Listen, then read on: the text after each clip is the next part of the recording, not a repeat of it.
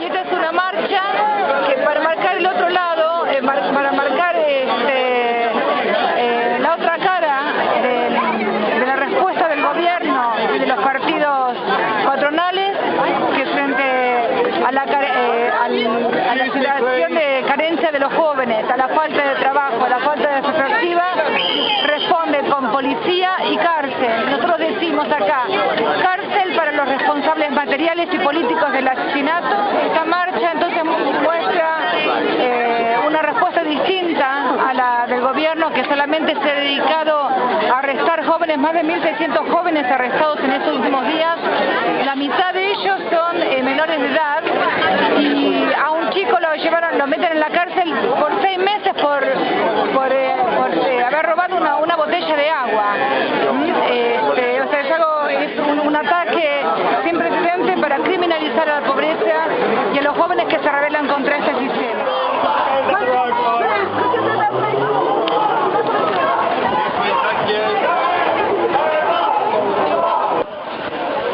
London is one of the great capitals of neoliberalism. It's one of the world's biggest financial centres. It's the most unequal city in the developed world. And what we've seen in the last few days is all the contradictions produced by this situation exploding. And in particular, deprived working class youth reacting to their total exclusion from society. So that's what fundamentally this is about. What's the way forward, or what is your proposal, the response of the government with the, Well, it's very important to resist the repression that is being mounted and the way in which people are being processed, like with an factory assembly line, being taken to court and sent to prison. So we have to organise against the repression that's taking place. But because of what has caused the riots, which are the inequalities reinforced by the policy of the present Conservative Liberal government, it's important to build resistance to the government that can draw the youth who've been rioting the last few days into collective action that can force change. And in the autumn, we expect there to be some big strikes, particularly by workers in the public sector, which can act as a focus for the resistance to the government. Thank you. Okay. What? I just want to say, the other thing that's very important to understand is the question of the police, because what acted as a lightning rod for all the discontent these young people have is the behaviour of the police. The riot started with the police executing someone who they lied and said was trying to shoot them, and this is one of many incidents that have taken place. Young working class kids in a city like London constantly are having friction and conflicts with the police, and therefore it's very important to understand how hatred of the police was one of the main driving factors in the riots. My name is Dean Ryan. I work with young people I work with young teenagers, young people excluded from school, young offenders, and young teenage parents. It's very bad. From an early age, the school system teaches young people that they are failures. They put them in special places away from the schools, because the schools like to hide the poverty and like to present a respectful image. So, from an early age, kids learn to hate authority and they learn to distrust authority. And what is very hard is, at the moment, all the people who work with young people are who they trust, and they are losing their jobs. We are losing our jobs because the government would rather give money to the bankers who are at the cause of the crisis. They want to tell lies, they want to steal our kids' education and put the schools to middle class parents so they can improve the lives of already rich people. Over the last few days, the politicians in this country have been saying that the young people will have to pay the consequences for their actions.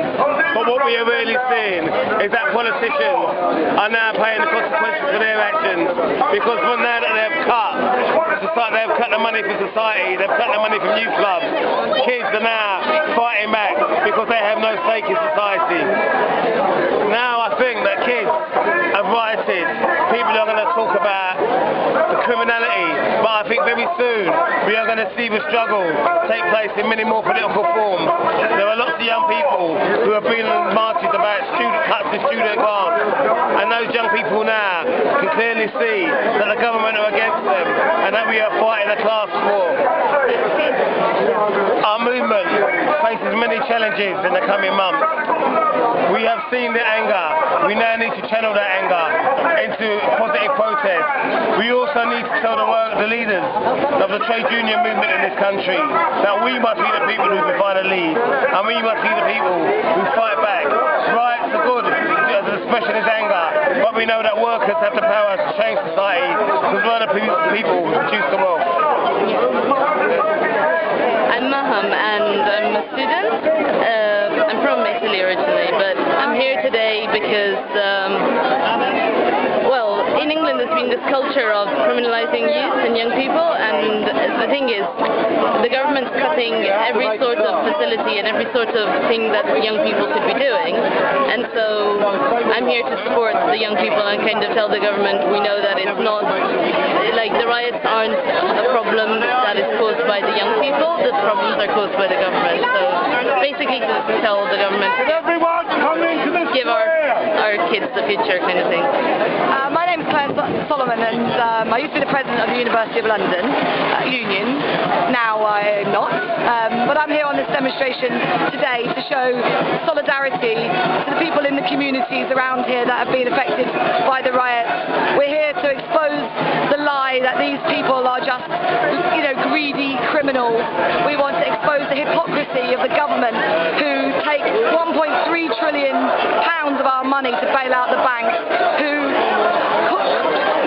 their morals say that it's okay for them to bomb Iraq and to steal the oil from Iraq, and yet at the same time criticize people for, really having to defend themselves and rising up against what the government are doing to them.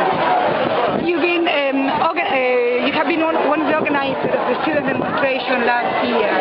So how can be the connection between student demonstration last year, teachers strikes this year, and public sector workers, and the youth who has been criminalized?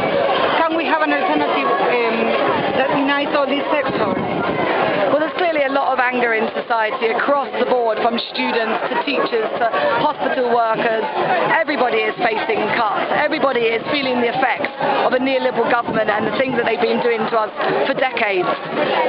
We have been obviously protesting recently against these cuts, and the students really did, I think, give the inspiration to the public sector workers to come on the demonstrations. Many of the people that were rioting in the last couple of days have been on the student demonstrations as well. These are the young people that cannot now afford to go to university, who are having their pocket money, their EMA taken away from them, who can't get jobs, and feel that they've had to turn to crime in order to feed themselves. And, I think it's an outrage that the government are now attacking these people. So hopefully we're all going to come together and continue protesting and continue resisting against the government's policies.